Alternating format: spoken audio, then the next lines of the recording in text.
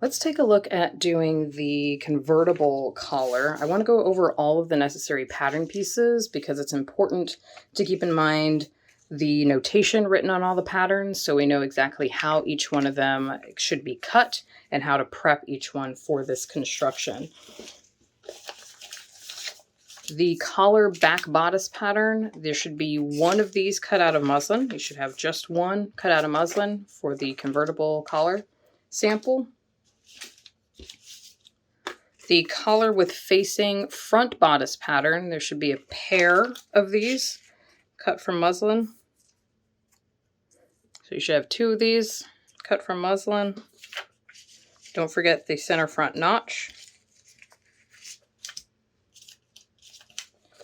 The collar front facing pattern, you should have a pair of these cut from muslin, as well as a pair cut from interfacing. Make sure it is a pair from interfacing, that you don't have two of the same piece cut from the interfacing, because we want to make sure that we can affix this interfacing to the muslin properly.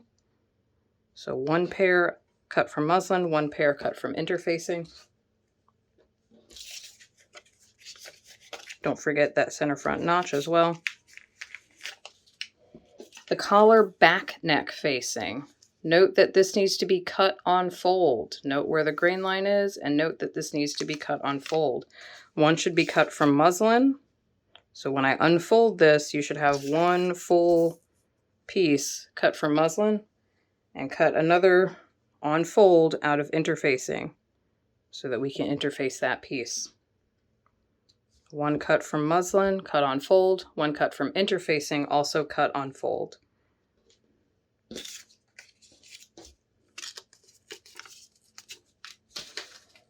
Then we have the convertible undercollar and the convertible top collar. Note that the top collar pattern is also cut on fold because you'll have one large collar piece.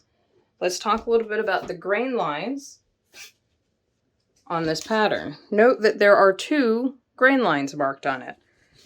So it can be cut in this direction. Oops, you can see the selvage edge of my fabric. I can align my grain line with the selvage edge of my fabric if I want to cut it on cross grain, or I can cut it along the grain line. Either way will work. Why would you choose one or the other? Whether depending on how much fabric you have, maybe you don't have enough to cut it on cross grain and you have to cut it on grain, that's fine. Sometimes depending on the fabric you're using, if you're using a fabric with a print, you might want the print to go in a certain direction. These pieces will be interfaced, so you can cut in either direction because the interfacing will help stabilize this piece. So keep in mind that this is cut on fold as mentioned, so trim off any excess paper from the pattern. Place this raw edge of the pattern right up against the fold of your fabric. So you end up with one large collar piece and one large interfacing piece so we can interface this full collar, this top collar. Remember, remove all the excess paper from this edge. If you do not, and you instead put the edge of the paper somewhere over here, you're going to end up with a collar piece that's too wide. You need to make sure that that edge of the pattern sits along the fold of your fabric to ensure that your pattern is cut to the correct dimensions. So you can decide which direction you place this on your grain line. Just make sure you cut one full top collar and one full interfacing piece, one from muslin, one from interfacing.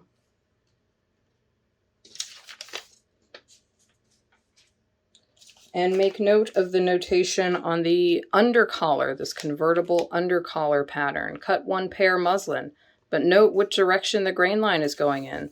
This piece needs to be cut on bias. So I need to make sure my grain line is still aligned with my selvage edge. This is going to be the under portion of our collar, and we need the stretch of the bias cut in order to make this collar fold down onto itself. So make sure you're aligning the grain line properly, either this way or this way. And you'll cut two of these. We'll cut a pair from muslin. And note that this is not cut on fold. There is seam allowance all the way around, so we will have a center back seam. There's no way to cut on bias and still cut on fold.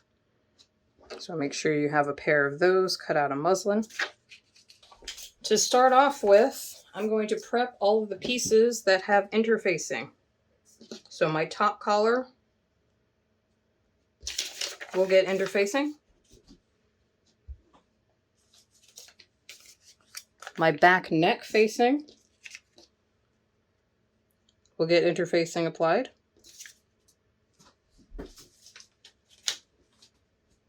And my front facing pieces will also get interfacing applied. So I will take these to the iron, get these pieces interfaced, make sure the adhesive side of the interfacing is going down onto the fabric.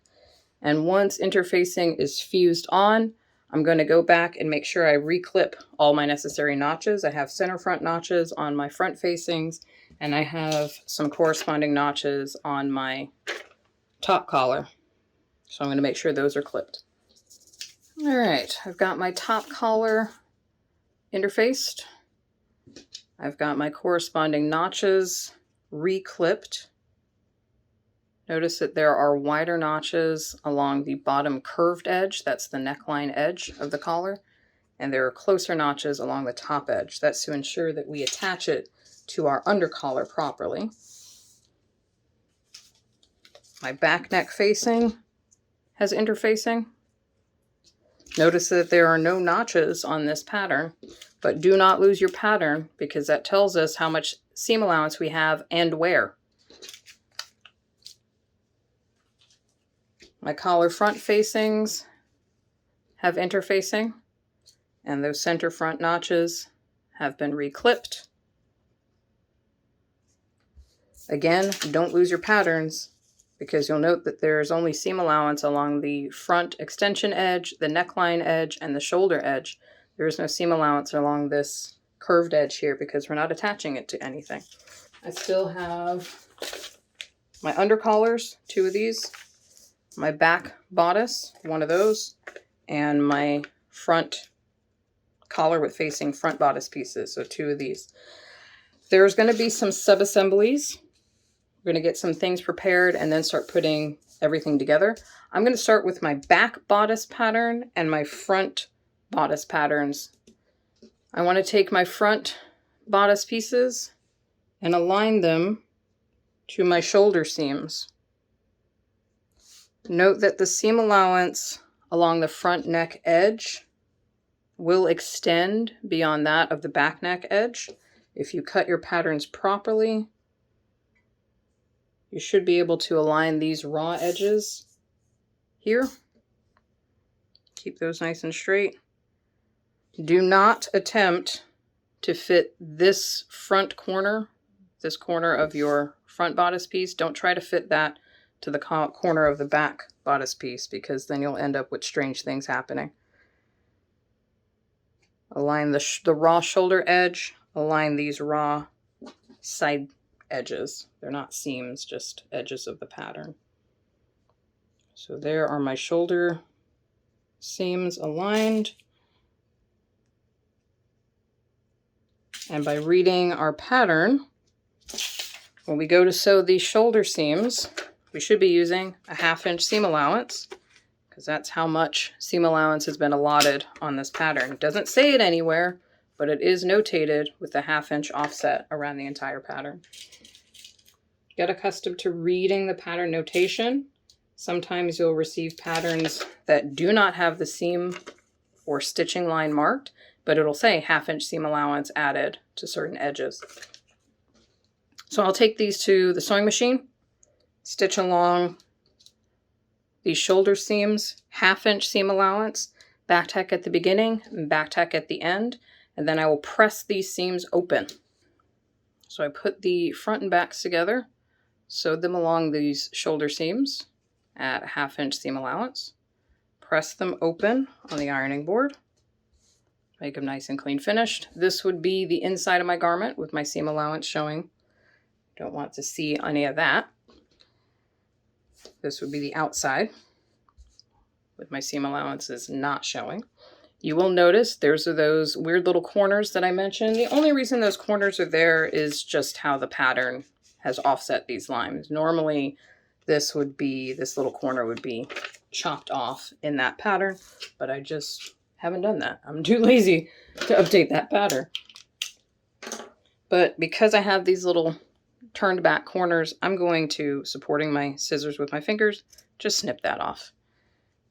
You should have that little excess corner from the front neckline. It's totally normal. You can leave it if you want, but I just removed mine. So I have a nice continuous neckline to work with. Now, when I go to install my collar and facings and whatnot, I'm going to be working with some opposing curves, and I know that later I will have to clip into these curves. So to prevent any fraying, I'm going to stay stitch my neckline. Remember that stay stitching occurs inside of the seam allowance. I have a 1/2 inch seam allowance around my neckline edge. So 1/8 of an inch inside of that will be 3/8 of an inch. Just like we stay stitched necklines when adding facings, I'm going to stay stitch my neckline edge. I'm just going to mark this for demonstration purposes, but when I get to my sewing machine, I'm just going to use the sewing guides, the stitching guides on my machine for this other side. But this is 3/8 of an inch from my raw edge. That's 3 little squares. And I will start from my shoulder seam towards center front, shoulder seam towards center front, shoulder seam towards center back, shoulder seam towards center back. Number 2 stitch, no back tacking, and make sure we're following the correct direction starting from the shoulder seam towards the center of the body. Just stitching through a single layer of fabric, and you can catch these seam allowances to kind of base them in place. Make sure that they stay open, make sure that they stay flat while you're stitching on the machine. All right. Stay stitch from the shoulder seams towards the center front, from the shoulder seams towards center back. I went a little bit wide here. That was accidental. It's almost a 1/2 inch from that raw edge. So I'll just have to be careful when I'm sewing my collars and everything into place. If this stay stitching pokes out while, when I get to the end of everything and that stay stitching is still there, I'll just pick it out later. It's totally fine. So that's it for sub-assemblies for this particular piece for our bodice pieces. So I'm going to set these aside for right now and move on to my facing pieces. We'll get to the collar in a moment. My back neck facing, which has one solid piece that should be cut on fold, and my front facing pieces. There should be a mirrored pair for the front facings. I'm going to assemble these. You might notice there are elements of these pieces that look oddly familiar. You have the mirrored front neck line and the extension edge here, and you have a mirror of the, I shouldn't say mirror, but exact replica of the back neckline here. So just as we use a facing to clean finish a raw edge, we're going to do the same thing here, using facings to clean finish some raw edges. So I'm going to assemble my back neck facing and my front facings. Here's my back neck facing with the fabric side up. So this is the right side of my facing. I'm going to put my front neck facings fabric side down. So front neck facings, fabric side down. And then I'm going to match up my shoulder seams. This will go over here. And this one will go over here. So again, there's my back neck facing. Here are my 2 front facings. Fabric side down. So right sides together, matching the angle of my shoulder seams. And these are the same shoulder seams as we just did on the bodice. I want to match up these edges as best I can. There will be some overhang between the front neck edge and the back neck edge. Don't fret about it. Just get them aligned as best you can, making sure that these raw edges are flush with one another.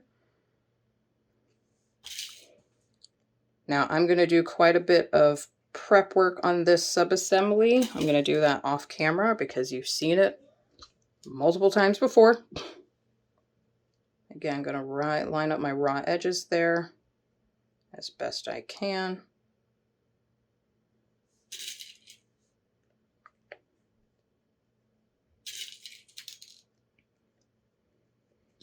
And I'm going to do essentially the same thing I just did on my bodice pieces. I'm going to sew these seams, my shoulder seams, at a 1/2 inch seam allowance. Don't forget, check your pattern if you're not sure how much seam allowance there is.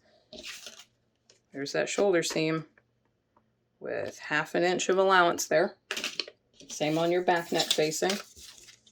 1/2 inch of allowance. There we go. So I'm going to sew these shoulder seams at a 1/2 inch seam allowance, back tack at the beginnings, back tack at the end, press them open just like we did on the bodice. So they're nice and clean pressed on the inside, and then stage stitch the necklines again. So those we get pressed open and then stage stitch from shoulder to center back, shoulder to center front, shoulder to center back, shoulder to center front. Same construction, same prep. So I'm going to do that off camera and be right back. All right, there is my neckline facing, shoulder seams sewn together, pressed open, and stay stitching along the neckline.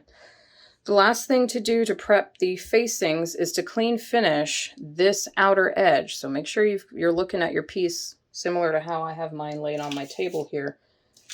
Remember that there's seam allowance here along the neckline edge. We've already sewn this shoulder seam allowance. This will get sewn later, but note that there is no seam allowance along this edge. None has been added to the pattern. Same thing back here. There's no seam allowance along this back neck edge, this larger curve. The reason for that is we're not attaching anything here. If we were working on a full garment that had a lining, then there would be seam allowance along this edge and we would attach that to our lining, but there is no lining for this sample, and there's rarely any lining on t-shirts and whatnot, which is essentially what we're replicating here, Hawaiian style shirts or anything like that. So there's no seam allowance, and we've got to clean finish this edge. Now you can choose any of the edge finishes, seam finish samples, seam finish techniques that we've looked at to clean finish this. You can turn this under by 1/4 inch and stitch it, so you can turn and stitch it. You can bias bind that edge. I'm going to serge mine because it's quick and easy. Just make sure when you go to serge it, we don't need to worry about this edge down here. This would be the rest of our shirt. If we were doing a full garment, we wouldn't have to worry about that. That would go all the way to the bottom of our shirt where there'd be a hem finish. But just this curve here, all the way around this curve. So I'm going to start stitching over here with some thread tails on my serger, serge all the way around this edge, and stitch off. Don't forget to stitch off on those looper machines, otherwise they come unthreaded, and I'll be right back with this piece serged. All right, there's that large edge serged. So just this edge. And again, you don't have to serge it. You can bias bind it. You can turn and stitch it. Entirely up to you, given what kind of materials you have, what machines you have at your disposal. So we've prepped the facing. We've prepped the bodice itself, which would be our actual garment. That's 2 sub-assemblies down. We have one left to prepare. That is our actual collar. So we've got the top collar with the interfacing. I'm going to set that aside for right now and focus on my undercollars. These are the pieces that have a seam allowance down center back and that needed to be cut on bias. So I've got my 2 undercollars. Now, in order to make sure this undercollar fits my top collar, if I just butt these 2 together right now, you should see that it extends over the edge here. You might be able to see my cutting mat underneath there. My undercollar is way too wide because I still have seam allowance down center back. So I need to put these two together. Now, when you're working with printed fabric, you would put them right sides together, but because I'm working with muslin, they're identical. It's hard to tell what the right and wrong side of the muslin is.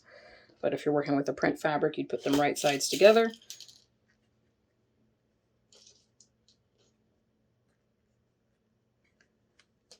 And again, check your pattern. We're sewing this seam right here, which is a 1/2 inch seam allowance, as it's been. So I'm going to sew this at a 1/2 inch seam allowance, back tack at the beginning, back tack at the end, number 2 stitch, press this open. And then I should be able to match it to my top collar. So I'll be right back with this stitched and pressed flat. All right, there's my undercollar stitched together at center back, 1/2 inch seam allowance. Here's my top collar with my interfacing attached. I'm going to sew my collar together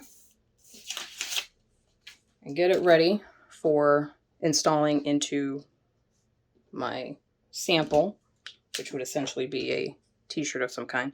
I just need to trim some of this interfacing off. Don't forget, I am supporting my scissors underneath here. I'm not cutting in the air.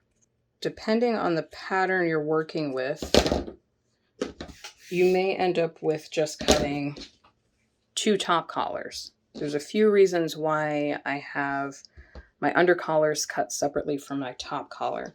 If I place my top collar and align my neck edge, so I'm aligning the neckline edge. That's the curved, slightly curved edge here. This will be attached to the neckline on my sample, my garment.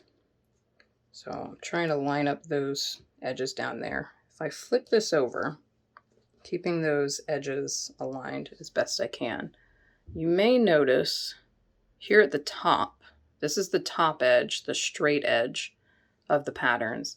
Notice that my top collar, the one with the interfacing, is slightly larger. It's about 1/8 of an inch taller than my undercollar. That is by design, and you'll see why in a moment once we start assembling this together. So sometimes when you're working with an undercollar and a top collar, they are 2 separate patterns because they're not identical. The top collar is slightly taller than the undercollar. Let's go ahead and assemble this collar and you'll see why that is. I'm going to take my top collar, that's the one with my interfacing, place it right side up, my fabric side up. Take my undercollar. Remember, this is my seam allowance. This would be the inside, the wrong side of my sample. Here's the right side, nice and clean finished. So the right side of it, right side down. So I should see seam allowance that's right sides together. And I want to match up this top edge. I'm not worried about the neckline edge. I'm going to sew that later. But I want to align this top edge, and to ensure that I have the correct edges matched up, I have corresponding notches close to center back. Now, if for some reason you've placed your patterns in the wrong orientation, it's pretty obvious that something's gone wrong here, you will not have corresponding notches. You'll have a notch close to center back, and then another one way out over here. So remember your notches. That helps you piece this puzzle together. Just ensure you've got right sides together. Match up your notches. And pin these in place. Okay, now I've got 4 sides to my collars. My neckline edge, I've got this diagonal edge, my top or fall edge, this is the fall to my collar, and this other diagonal edge. So 1, 2, 3, and 4. Now if I sew all 4 sides together, I can't turn it right side out. So I'm going to leave one of the sides open. I'm going to leave my neckline edge open, which is why I have not pinned it. But I do want to sew this diagonal edge, this straight edge, and this other diagonal edge at, consulting my patterns, a 1/2 inch seam allowance. So I've got a 1/2 inch seam allowance built in all the way around these 2 pieces, and I want to make sure that I am sewing at a 1/2 inch from the raw edges. I do like to mark my patterns when working on collars, especially collars that come to points, because then I know where to pivot when I'm sewing on my machine. Some patterns will include a tailor's tack at the corners, so you know exactly where to pivot when you're sewing.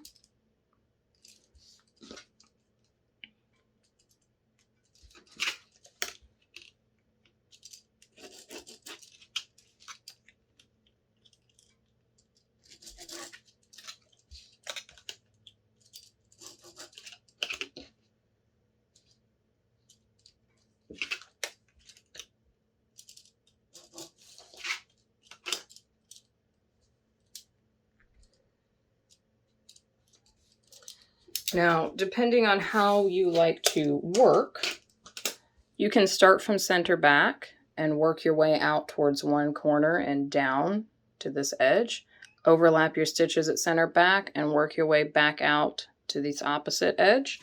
I feel pretty confident with my pinning, and I may add a few more pins to make sure nothing shifts, because starting from center back and going out in either direction can help prevent the fabric from kind of shifting as you're stitching along. But I feel pretty confident with my pinning, and this is just a sample. I'm not really worried about things shifting too much because I'm just practicing with this.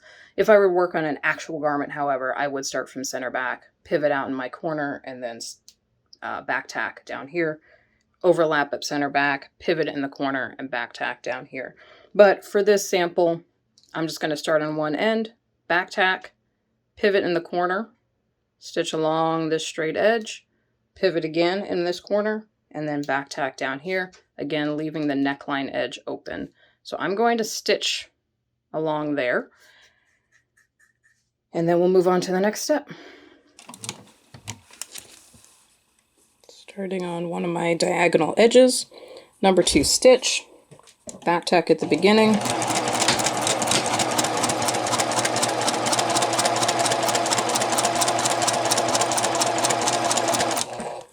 Now, as I approach my first corner, I can keep a number 2 stitch, but in order to have a little bit more control and to prevent anything from coming loose when I go to clip my corners, I'm going to switch to a number 1 stitch.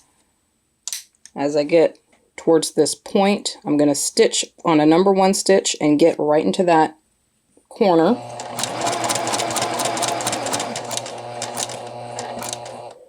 Pivot, make sure your needle is down in your work, lift the presser foot and pivot, continuing with a number 1 stitch as I stitch out of this corner. Only needs about 10 or 12 stitches on number 1, and then switch back to a number 2 stitch. In case you have to rip anything out, we don't have to pick out a number 1 stitch all the way along this seam.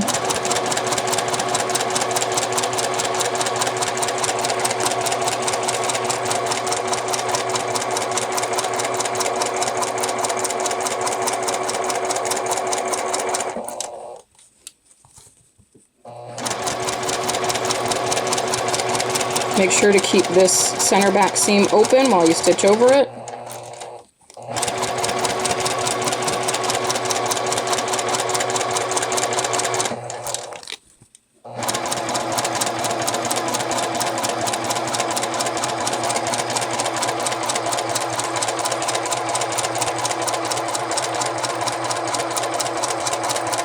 I'm approaching this other corner, the second corner on my collar.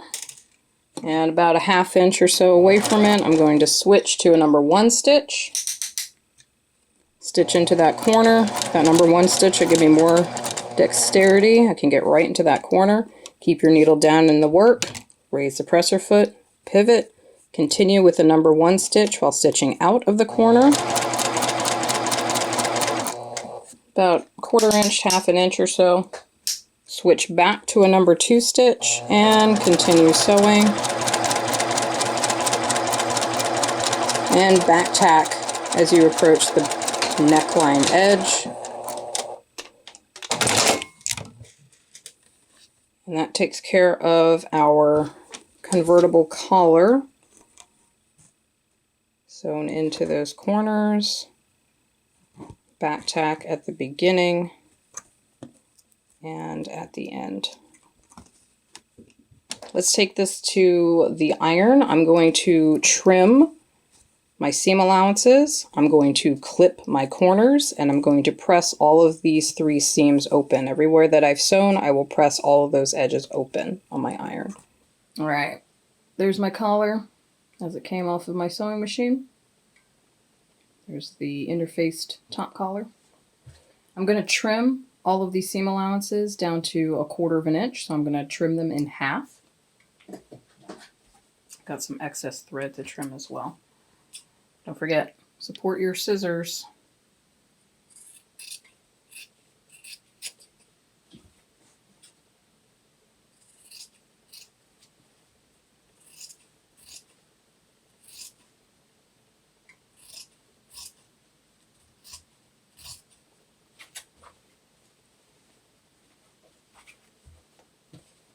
Don't trim too much. 1/4 of an inch is perfectly fine because we still have some stitching that needs to get done before we finish with this collar.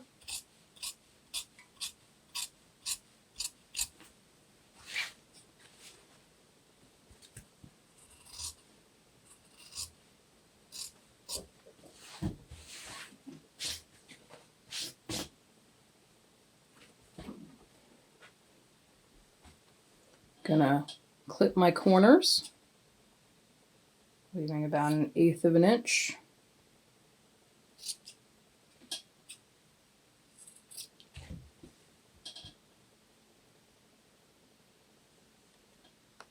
There we go.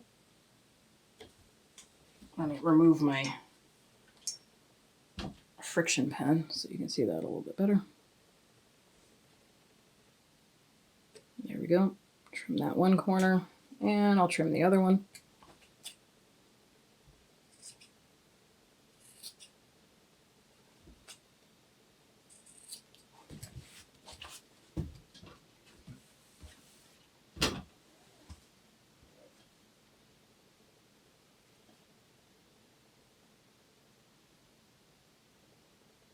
So just a little bit of fabric left on those corners that my camera does not want to focus on. That's fine.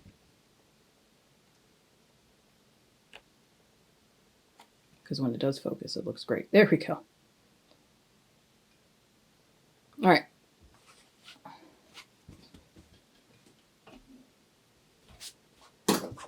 Now I'm going to press all of these edges open.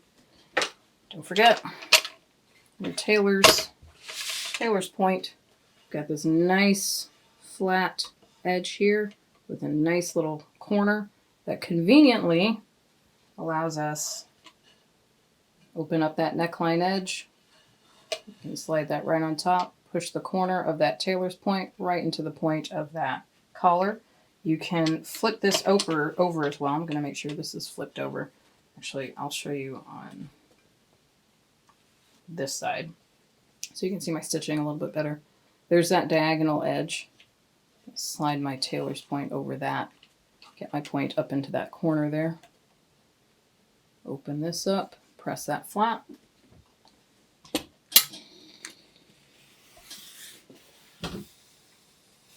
we go, nice and flat. And do the same thing on this other edge here. It's going to be a little bit more difficult to see because I've got my interfacing facing the camera. Slide that over the point.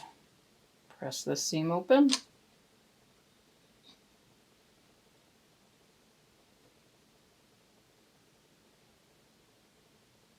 Oh my God, seriously? Okay, here we go.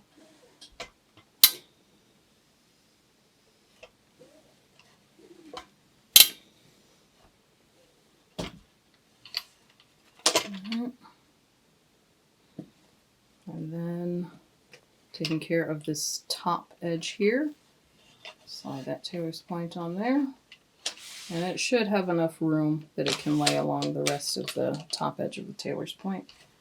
And press this seam open.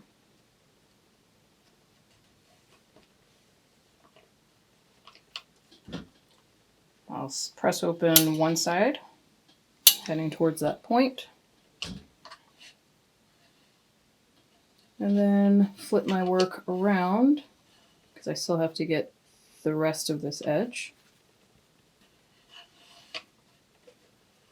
and press the rest of it open.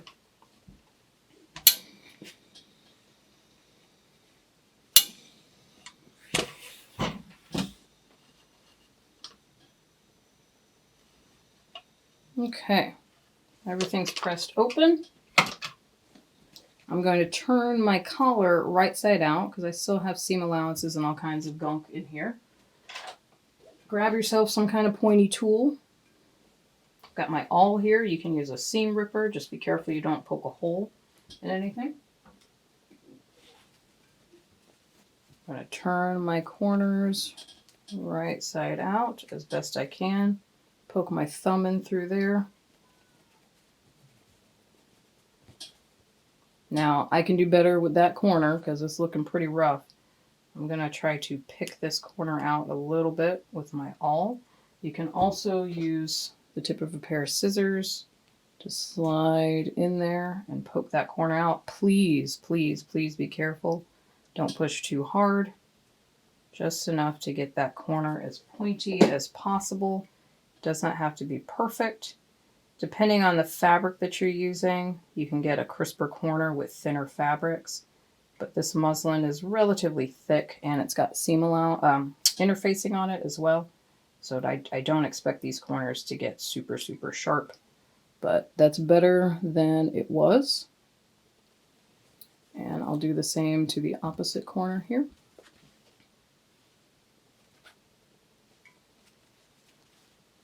Poke that out.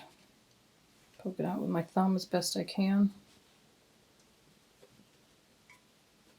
And I'll try my scissors again, just carefully pushing this out.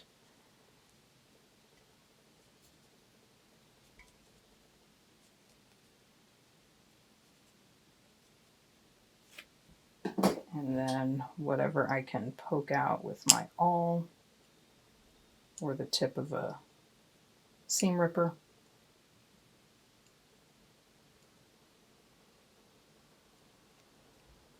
There are a multitude of tools that you can use, you can practice with. You don't have to use an awl, you don't have to poke those corners out like that. It's entirely up to you.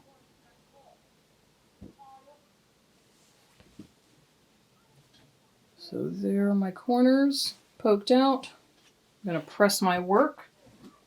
By pressing those seams open, I ensure that my seams are going to be nice and crisp. It makes poking the corners out a lot easier.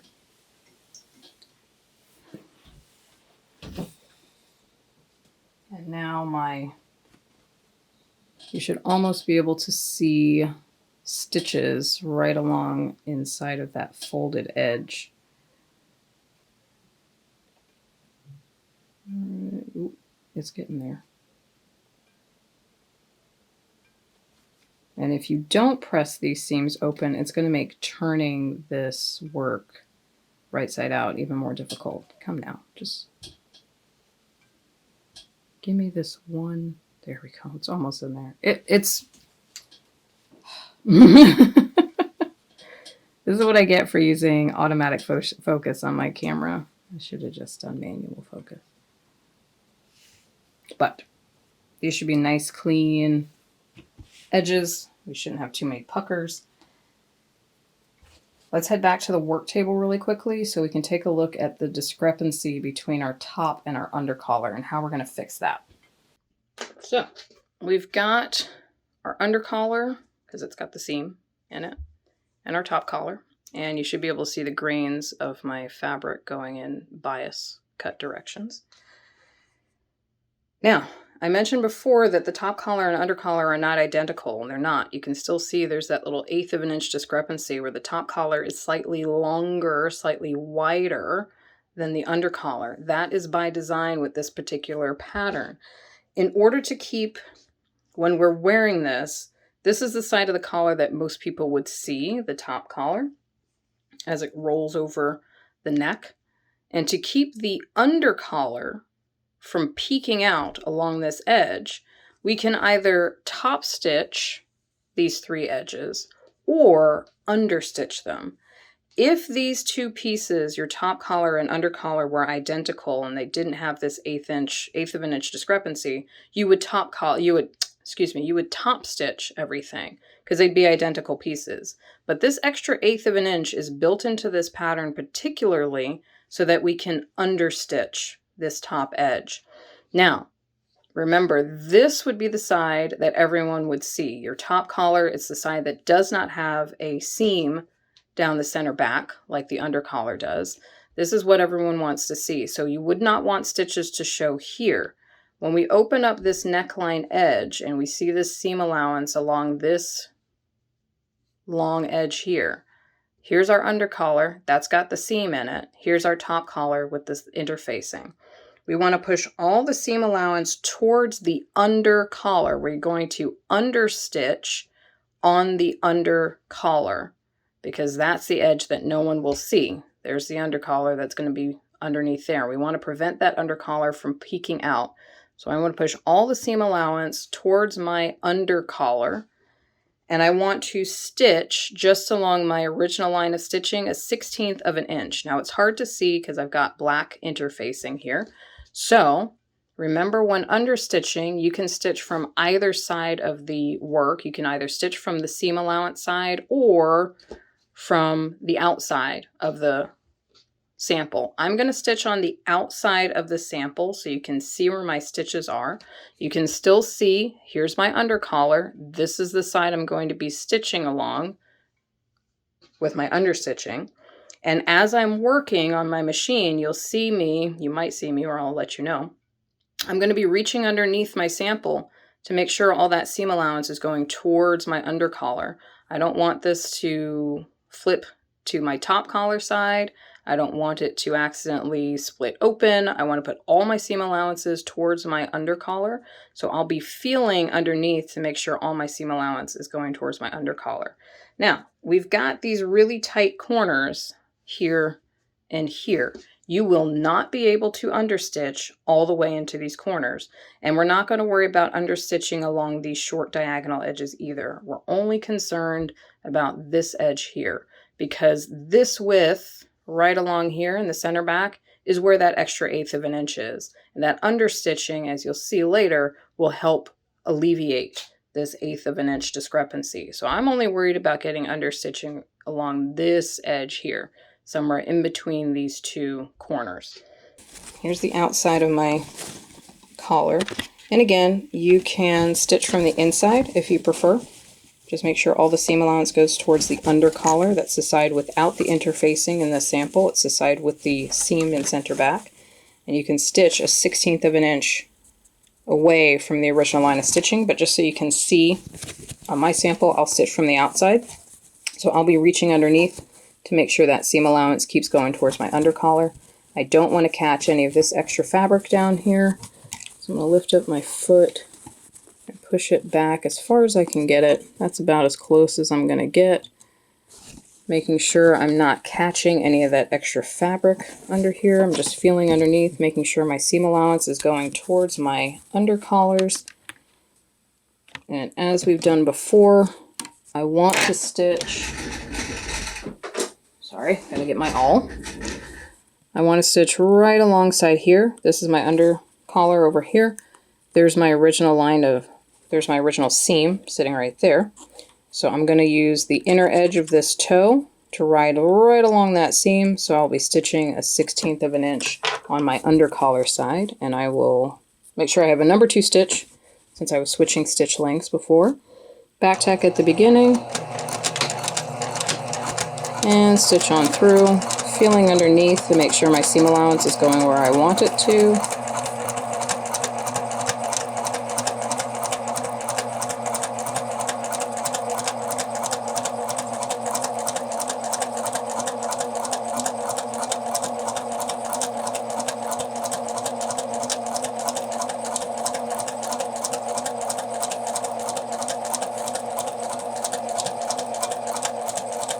Now I'm approaching my other corner.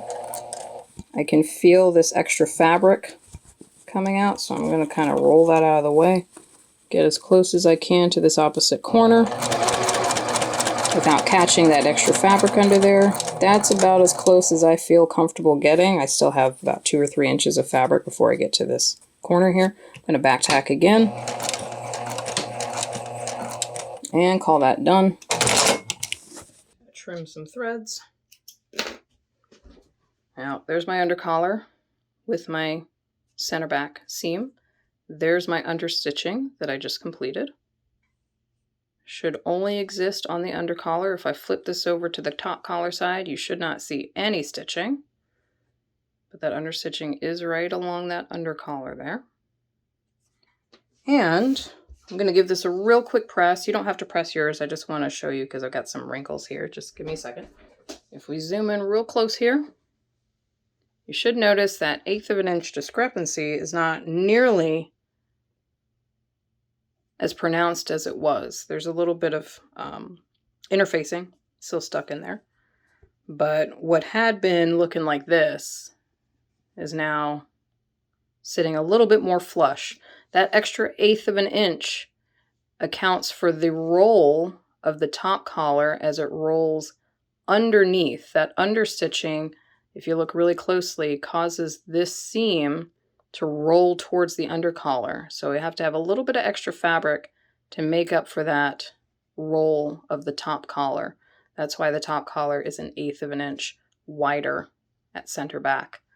It's to allow for the understitching to pull that seam, this seam right here, allows it to pull this seam back ever so slightly, and it makes up for that understitching. If you're working on a pattern that has, again, the top collars are identical, there's no 1/8 of an inch discrepancy, you could understitch, but it would cause your seam allowances to be off kilter.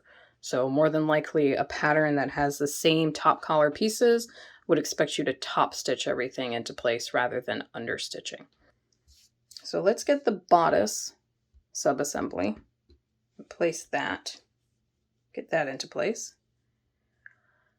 And then with the, the collar subassembly, I want to place my undercollar.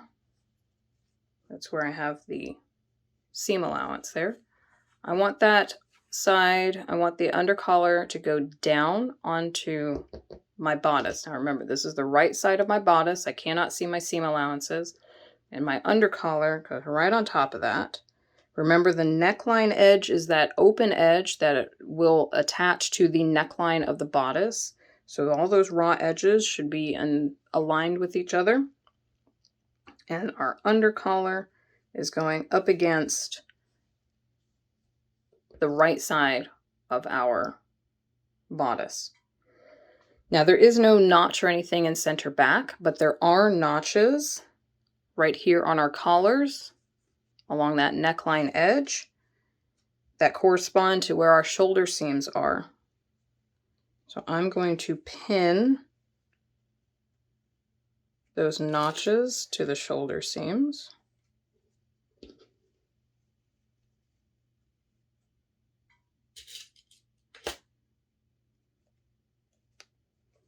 All right. Now there will be some bunching here at the back neck. We're going to have to clip into this back neckline in order to make it stretch to fit that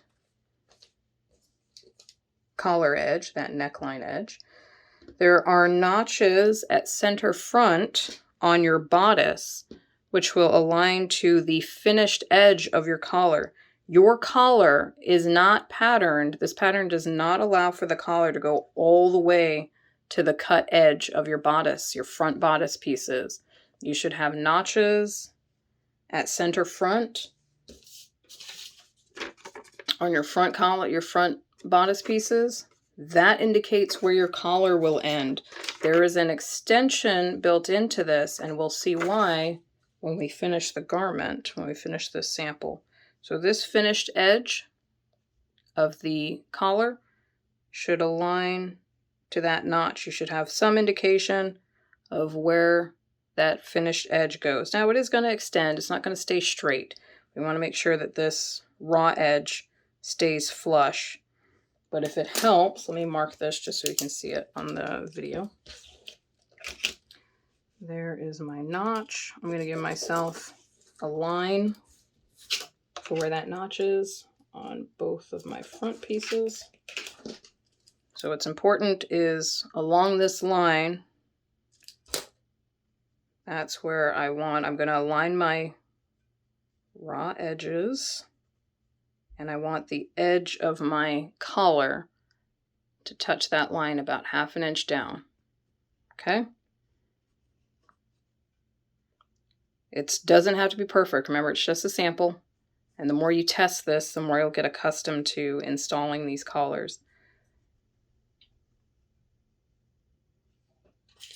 But along that line, 1/2 inch down, I want to make sure that's where my collar is sitting.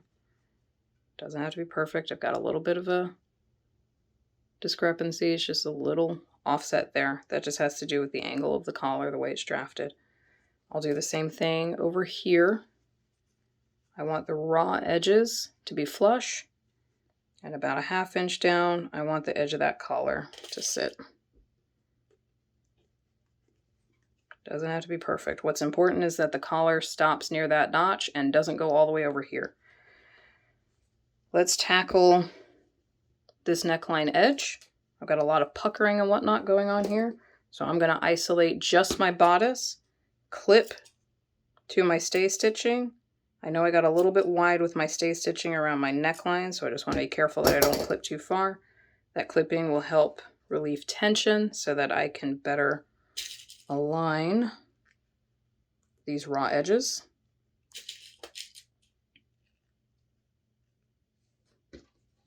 Do the same over here. Clip to the stay stitching every 1/2 inch or so. Don't forget to support your scissors.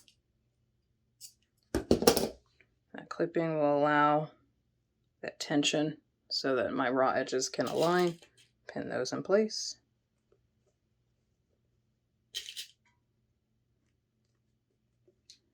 I'll do the same thing along the back neckline.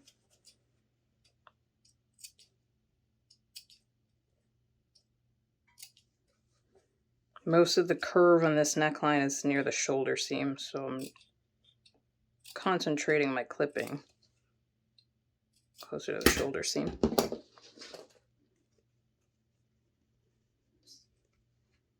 My best to align those raw edges. I'll just be careful while I'm sewing to avoid puckering. You can see this pucker trying to form here. I'm just going to do my best to kind of push that out of the way while I'm sewing.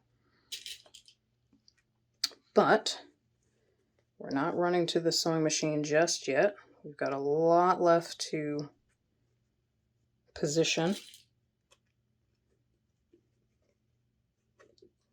I need some more clipping. Make sure you're only clipping through the bodice. We don't want to clip through the collar itself.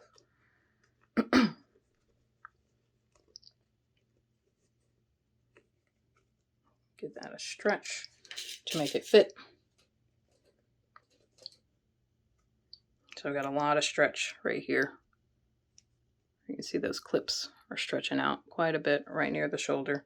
So make sure to give the back bodice a stretch to make it fit. Now, we've got the collar pinned in place to the bodice, but we still have a raw edge over here on the front of our garment. To finish that, we're going to use our facing. Anytime you're working with a collar that does not have a stand, that means your convertible collar or sometimes a Peter Pan collar, a mandarin collar and a collar with a stand or a two-piece collar has a stand. Those are two types of collars that have a stand. Those can be used to clean finish the neckline all in one. But this is a convertible collar. It's an all-in-one collar. It does not have a separate stand piece. Therefore, to clean finish the neckline edge, you need a facing of some kind. You either need to cut out another piece of fabric to clean finish the neckline edge, and more than likely to clean finish the extension center front edge, or you need binding of some kind to clean finish it, binding used as a facing to clean finish it. So please, please, please remember, if you're working with a collar that does not have a stand, you need to clean finish the neckline edge either with a separate facing piece or bias binding used as a facing.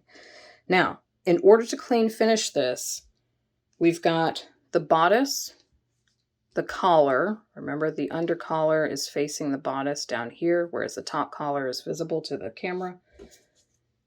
We would then place the right side of the facing on top, sandwiching the collar between the bodice and the facing.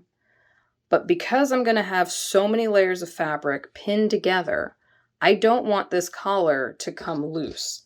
It happens almost every time if you are not diligent with stitching this into place. The corners almost inevitably fall, and then you have to go and restitch it and shove them back into place and restitch the seam. Luckily, when sewing the facings all together, sewing this assembly together, it is an internal seam, so no one really sees all the restitching that happens, but the less restitching we have to do, the more time we can save. So in order to save time on the back end, we're going to take some extra time on the front end to ensure that this collar does not drop, that it doesn't lose its position and doesn't go anywhere. To do that, I'm going to hand baste this into place. You've got to get accustomed to hand basting. It's far more secure than pinning, and while it does take time, it will save you so much time on the back end, so you don't have to keep going back and repairing things. So I'm going to get a needle with some red thread so you can clearly see it, and I'm going to hand baste this into place. And when I start over here on the collar's edge, I like to baste outside of my seam allowance, about 5/8 of an inch, just to ensure that it's nice and smooth when I go to sew. You can stitch it inside your seam allowance or outside your seam allowance. It's up to you. Here's my bodice. Here's my collar. I'm going to go down through my bodice, up through my bodice and collar. I'm going through all the layers. I'm going to let that knot lock itself into my fabric. And I'm going to go back over that same stitch, down into my bodice and back up through all the layers, at least 3 times. There's 2, 3. I'm going to do it one more time for good measure. So down through the bodice, up through all the layers, at least 3 or 4 times. That's going to prevent this corner from dropping while I'm sewing, because that's all it wants to do. As soon as this pin comes out, this is just going to want to snap out of place, and it's going to be a nightmare when I go to sew. Now the rest of this, I'm just going to hand stitch. All right, coming up to the opposite side of my collar. I'm going to go down through my collar and bodice, through all the layers, come up through the bodice, up through just the bodice fabric. I haven't released this last pin yet because I'm relying on that pin to keep my collar in place. So I went down through all the layers, came up through my bodice. I'm going to do that at least 2 or 3 more times. Down through the bodice. I'm sorry, down through all the layers, back up through just the bodice, going through all my layers.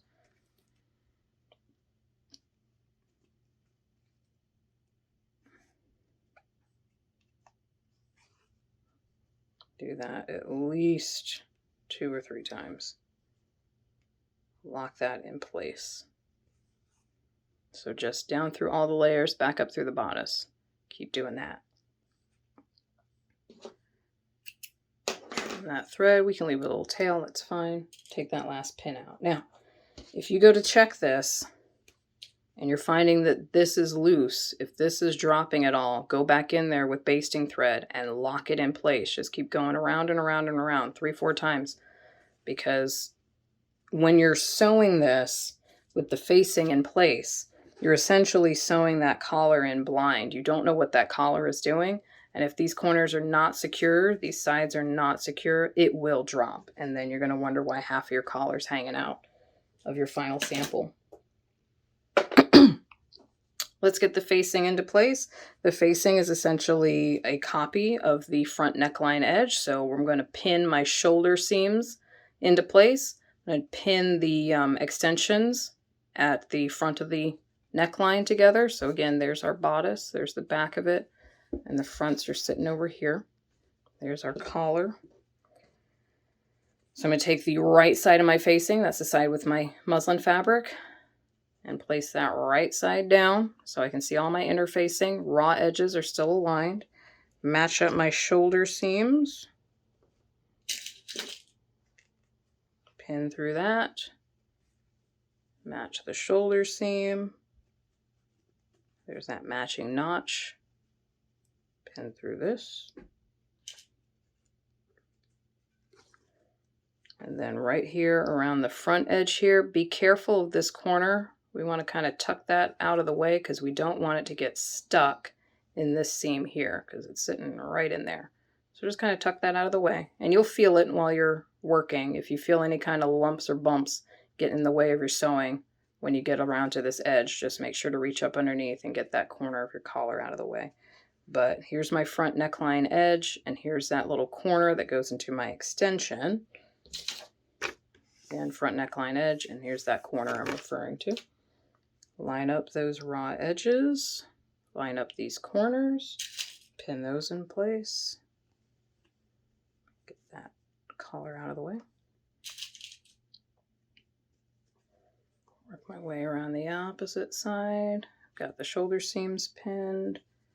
I'm going to match up these corners.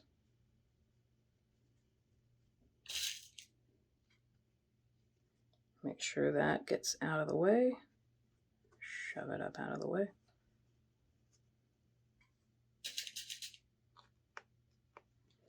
And again, you're going to see some puckering and weird lumpy bumps going on because I got to clip into that curve.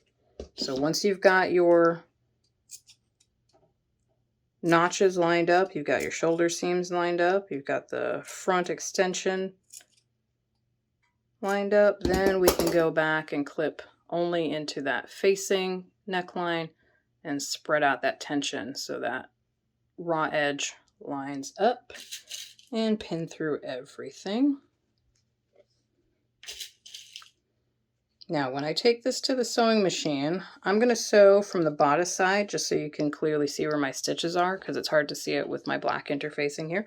You can sew from whichever side you like, from the facing side or the bodice side, but you should have your bodice, the right side of your bodice facing the undercollar of your collar, the top edge of your collar, your top collar with no seam, should be facing the right side of your facing. So you've got your facing, your collar, and your bodice in that particular order. Bodice, collar, facing, facing, collar, bodice. When I go to sew this, and I'm just going to show you from this side so it's a little cleaner to see, a little bit easier to see. I'm going to sew, I'm going to start on one edge. And again, you can start in center back and work down one side, work down the other side. I'm fairly confident in my pinning and whatnot, so I'm just going to start from one edge and work my way around just as I've been doing on this sample. Start on one edge where your front extension is. You'll go up into the corner, pivot, and stitch along this neckline. Pivot again in the opposite corner and stitch along that extension edge. So I'll back tack at the beginning here, pivot in this corner, stitch along my neckline, pivot again in that corner, and then back tack at the end. And sew it a number 2 stitch. And I'm going to see how it goes with the number 2 stitch, but I may switch to a number 1 as I get into my corners. Back tack at the beginning. Remember to feel for that corner of your collar. It's kind of hiding it up underneath here. Make sure it doesn't get stuck in this seam. Just tuck it out of the way.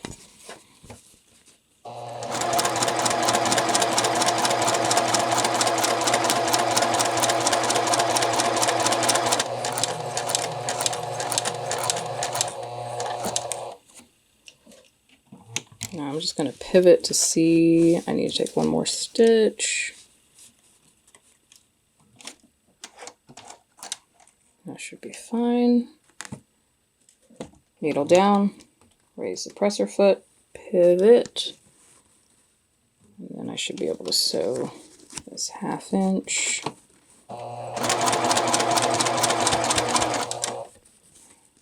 Trying not to catch too much of my basting stitches. It'll make it harder for me to remove them later, but that's okay.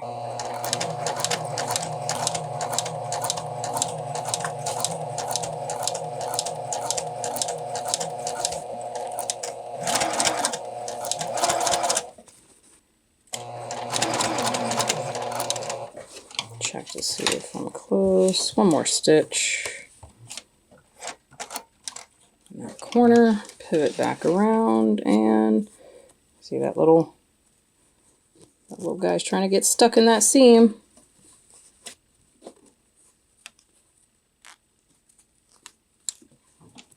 I can feel my collar trying to get stuck in my seam here.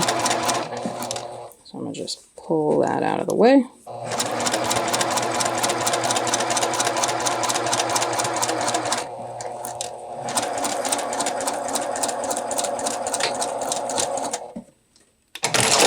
Okay, let's take this back to the work table and take a look at what we've accomplished so far. So we started here, stitched at 1/2 inch, pivot in the corner, stitch all the way along the neckline, pivot it again, and back tack at the end. I'm just going to give my facing a look-see. I may have gotten a couple of puckers, but that's okay. There's one right there. If I want to go back in there, I would just rip out these couple of stitches here and redo that. I'm not too concerned about it. Small puckers like this can be ironed out. This one, however, I can see it's like overlapped itself. It's really gotten caught in the stitching there. But as I mentioned, I'm more concerned about eliminating puckers in the bodice because that's the pretty edge that everyone's going to see. Now, I did not change stitch lengths in the corners. You can do that, but I didn't have my corners marked this time like I did on my collar, so I was more concerned about making sure that I was stitching at a 1/2 inch allowance than I was with changing my stitch length.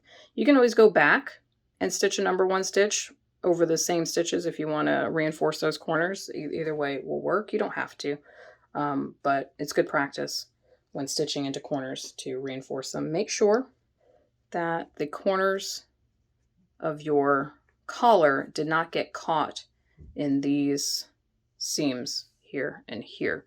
If they did, rip it out, pull the collar point out of the way, and then restitch. All right, I'm going to trim these seam allowances down to 1/4 inch. And I might grade these seam allowances along the neckline. Let me trim this to 1/4. Same thing over here. Now would be the time if you have any major, like significant puckers, like fix those first before you go trimming the seam allowances, but I'm feeling okay about it. I'm going to trim this. I'm just going to trim the whole thing. I'm going to remove my basting stitches.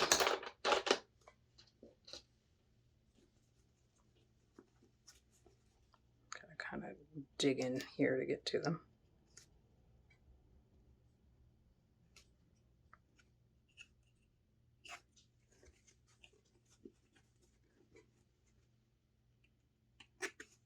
Now, if you basted inside your seam allowance, you may not have to rip your basting stitches out, but I intentionally baste outside of my seam allowance to help reduce the amount of puckers that might get to my needle while I'm sewing at a 1/2 inch. So I baste at 5/8 of an inch from the raw edge. That's just force of habit. But if you basted inside of the seam allowance, which is perfectly fine, you might not have to rip out too much. But this is why we basted, because we want to make sure that this corner of this collar doesn't come loose. If for some reason you turn everything right side out and you can see a raw edge of the collar neckline edge poking out of here, you didn't baste it tight enough or you didn't baste it at all, because it will definitely try to drop. All right. Just going to clip these corners ever so slightly.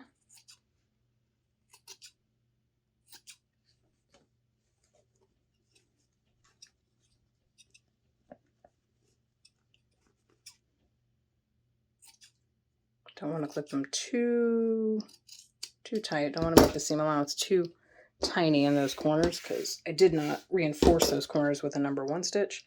I'm going to go to the iron and give these seams a press, get them pressed open, and then we'll turn everything right side out and we'll take a look at how it's coming along, see how it finishes.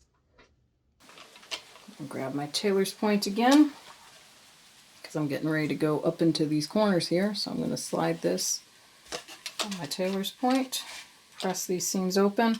I'm more concerned about getting these seams along the front of the bodice Not really worried about the neckline edge. You are not going to be able to press these open. There's like, I don't know, 4 layers of fabric in here. You cannot press this open. It's not going to happen. Don't worry about that neckline edge. I'm just concerned about these short edges here where the extension exists on the front bodice. I'm going to slide that in there and press that seam open.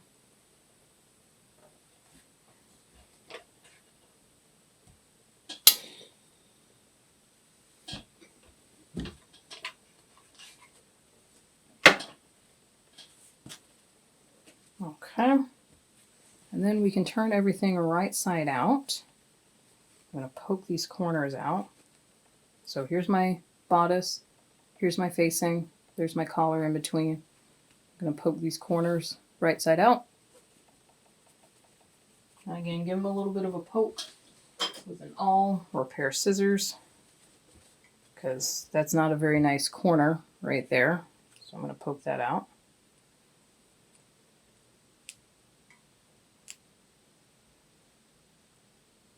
When I use my awl, I'm kind of getting up underneath the stitches that I just put in there and kind of just pulling them out ever so slightly. You got to be really, really careful that you don't tear a hole in your work, however. And if you're not comfortable using the awl, like I say, use the tip of a seam ripper. You can get in between there, poke that corner out, or use the tip of a pair of scissors to poke at that corner. And the same thing over here. Here's my facing, there's my bodice, and my collar sitting in between. Grab this corner, poke it right side out.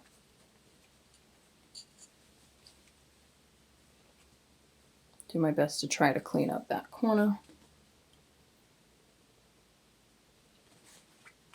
Okay. This front edge that we just pressed should be nice and clean finish on both sides. Same thing over here. There we've got the neckline edge. This is my actual garment here. The undercollar with the understitching. And on the inside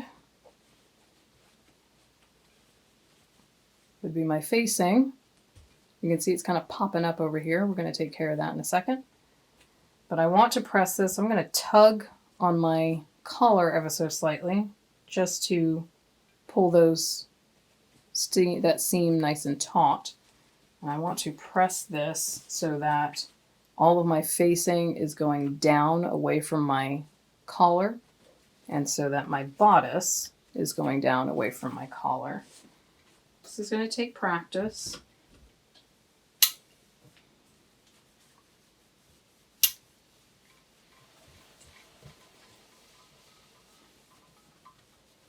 Make sure to tug on the fabric.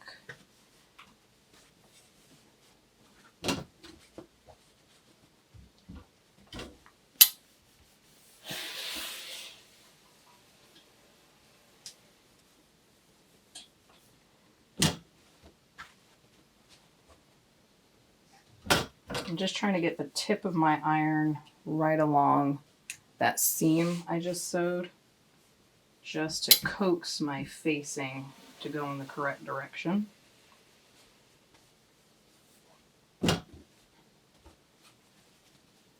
Same thing on the bodice side of the garment, just getting the tip of my iron into that seam I just sewed to kind of coax the fabric down and away from the collar.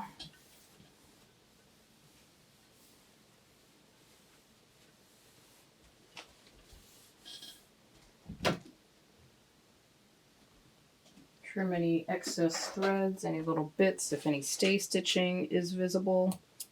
Pick those stitches out. Any basting stitches that might be visible, pick those out.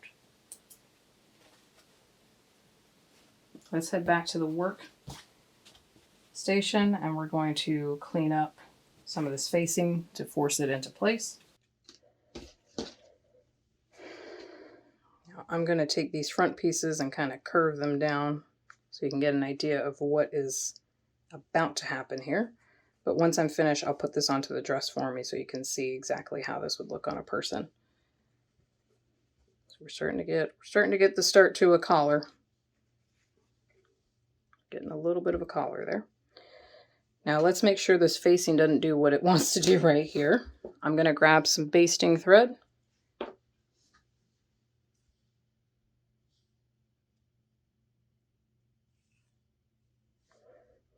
And I'm going to take, at my shoulder seams, here's my facing, here's the bodice of my garment. I'm going to put those two shoulder seams together, kind of just hold them together. And I'm just going to hold them slightly open with my basting thread, knot in my thread. Single or double length of thread, doesn't matter. I'm going to go through my facing. I'm just trying to catch the seam allowances. I don't necessarily want my needle to come out from the other side. I'm going to pull that thread through. There's my knot, just from right to left, or if you're left-handed, left to right. And I'm going to do the same thing over here on my bodice. I'm just going to slide in the same direction. If you're working from left to right, you'll do left to right as well. On my bodice seam allowance near my shoulder, I want to make sure my needle isn't coming through to the opposite side, and pull that through. And I'll do the same again through my facing. I'm going right to left. You might be going left to right if you're left-handed. That's fine. Just try to catch your seam allowance only.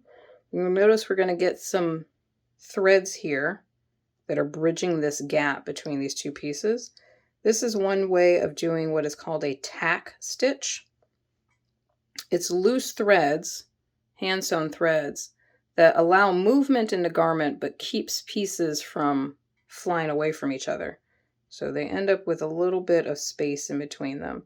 And again, this is only one way of doing tack stitching. There's a multitude of ways to do tack stitching. But whenever you hear the term tack this down, it just means like a loose stitch, hand-sewn stitch to ensure that pieces don't go flying away from each other. So I did that about 3 or 4 times. I'm going to take another stitch in my facing, and to finish off my work, take a teeny little stitch with my needle, and as that loop starts to close, place my needle through the loop, pull it tight to create a knot, and trim my threads. So that holds the facing to the bodice, and you'll see if I place these together, you'll see the facing is kind of going in the way I want it to, while this one is just flying away. So I'm going to take this piece over here on the right hand side of my sample and tack stitch my facing down to my bodice at the shoulder seam. Again, shoulder seams together, and I'm just going to hold one of them back and out of the way. And before that loop closes, put my needle through the loop, pull it tight to make a knot, trim my excess threads.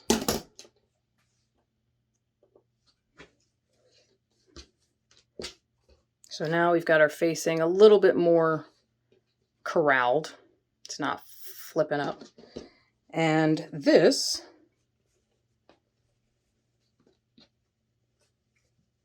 would be your convertible sewing sample. Obviously, if you were on an actual garment, the whole thing would be clean finished. But if I fold along these shoulder seams as if I was folding a shirt flat on a table, and I fold this down, fold this collar down, you should start to see what appears to be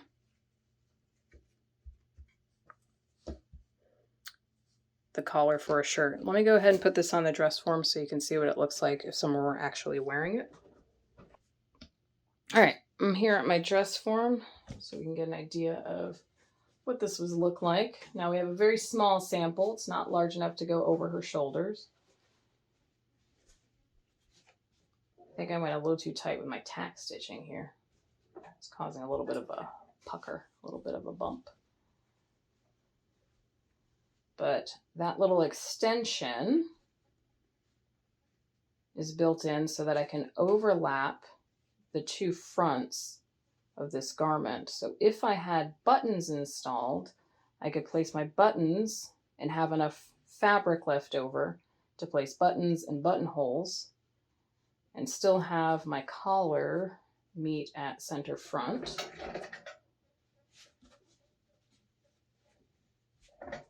That's what it would look like on the back. Yeah, my tack stitching is a little bit tight. I'm going to loosen that up. I can tell because it's causing a little bit of a hump there, my tack stitching. So I may redo my tack stitching. But there I can overlap the front of my shirt. I've got my collar meeting at center front, lays over the shoulders. Just remember, and when I open this, it's clean finished. My facing clean finishes the front edges. And as I open this up, it's clean finished around the neckline as well, so that I'm not worried about any raw edges popping out. If for some reason I decide to button it down here and create a little bit more of a lapel rather than having a button all the way at the top, that facing also creates a little bit of a lapel for my front edge, and my neckline edge is clean finished on the inside.